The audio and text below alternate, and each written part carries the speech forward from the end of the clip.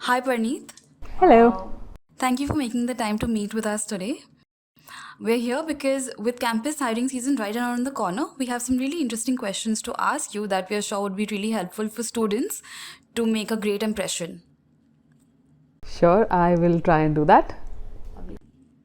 So, Parneet, to kickstart this, I wanted to ask you about your first campus interview experience.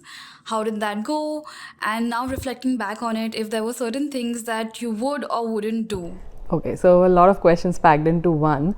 Talking of campus, I think my first interview was also a campus interview, and it is one of those stories where you want to tell your younger self, don't repeat this, don't do this. So if it's a tip to the campus students today, from this story, learn what not to do. Thankfully, I had a good outcome, so I would not change that, but I would definitely change my the way I approached that interview. So this was actually my second interview on campus. I had done a couple of internships during my campus stint, and I had two PPOs with me. I had one campus placement as well. So with the assurity of few jobs, I was overconfident to say the least, right? I went with a lot of bloated ego into the room and kind of laid out the terms that I would want this kind of a role, that kind of a package, this, that. And thankfully, they did not throw me out of the room. They let me continue blabber along and what I want. Probably they liked my overconfidence at that time, or they liked my attitude or my go-getter spirit at that point in time. I don't know what they liked, but they did offer me the role.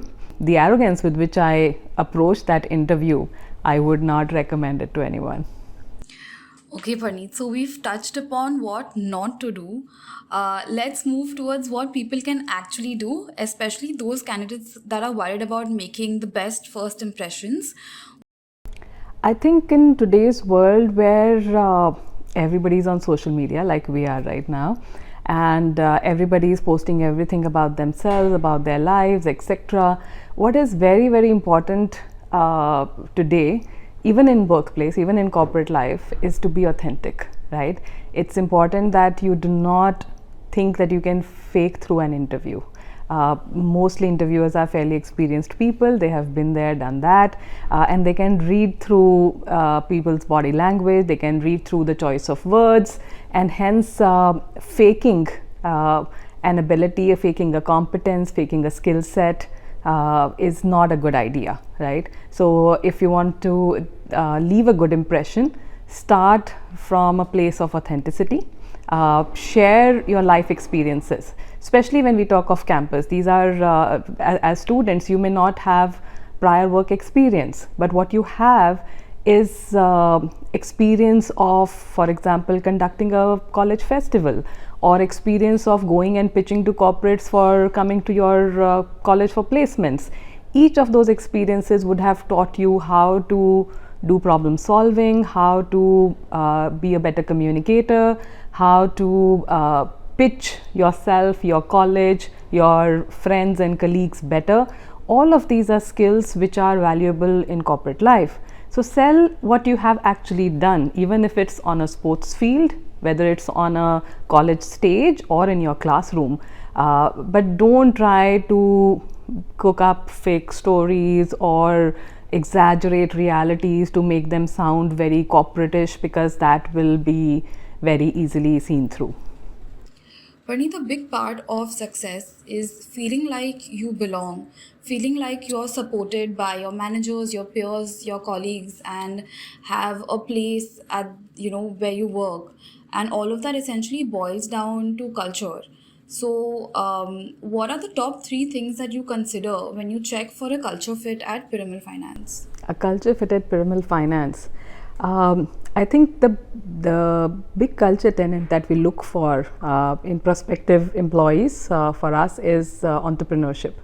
Entrepreneurship is something which is very, very important to us.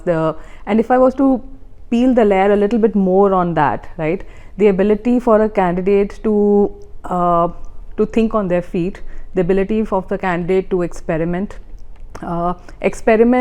even if it leads to failing, but learning from that failure, ability to collaborate, ability to work with ambiguity. All of those skills are something which come under the one word of entrepreneurship, but are very, very essential to surviving and succeeding in Piramal Finance, because here we are always looking for people who are willing to take on new challenges, willing to work and collaborate and come up with new ideas, experiment with new ideas, and all of those aspects. So if you have that, then you're a good fit for Piramal Finance. I completely resonate with all the stuff you said on culture, Parneet. And that brings us to our last question, which is that, it's historically seen that it's the interviewer or the recruiter who's asking a whole lot of questions to the candidates. But obviously, times are changing, and it's imperative for candidates to ask questions back to the recruiter as well. So, what are some questions that you recommend candidates ask recruiters back? I think it's a very, very important point, and something which has in the past been highly undervalued. See, employment is basically like a marriage, right? It's both the parties have equal say. So where companies spend disproportionate amount of time trying to see if the candidate is a good culture fit, the candidate should also spend time understanding if that organization is a right culture fit for them or not, right? Alignment of purpose, alignment of value system, alignment of career aspirations, all of this is very important. And hence, when given a chance to ask a couple of questions to your interviewer, please think about all of these aspects and ask questions which give you clarity about what the role is, what kind of culture the organization has, what kind of career prospects you can expect there in the near to long term, right? Are there are there examples of other people who have had similar career trajectories as you are aspiring for? That helps you get a clarity of whether the organization you're interviewing for is the right fit for you or not, right? It is also a very unique tool to show your thinking process to the interviewer as well, right? Typically, I can tell you many a times when I open up when I wind up the interview and ask the candidate, do you have a question for me? If the candidate says, no, I know it all, so I don't have a question for you, it's a bit disappointing, because it's very very unrealistic to imagine that you know everything about our organization and the role that we are offering, that there is no curiosity, right? And if there is no curiosity, then there is no ability to go beyond the obvious. It's also an important tool to impress your interviewer with your curiosity and your knowledge. Parneet, thank you for your time. I think you've given us some really great insights in terms of how one can crack an interview, especially with a seasoned leader like yourself.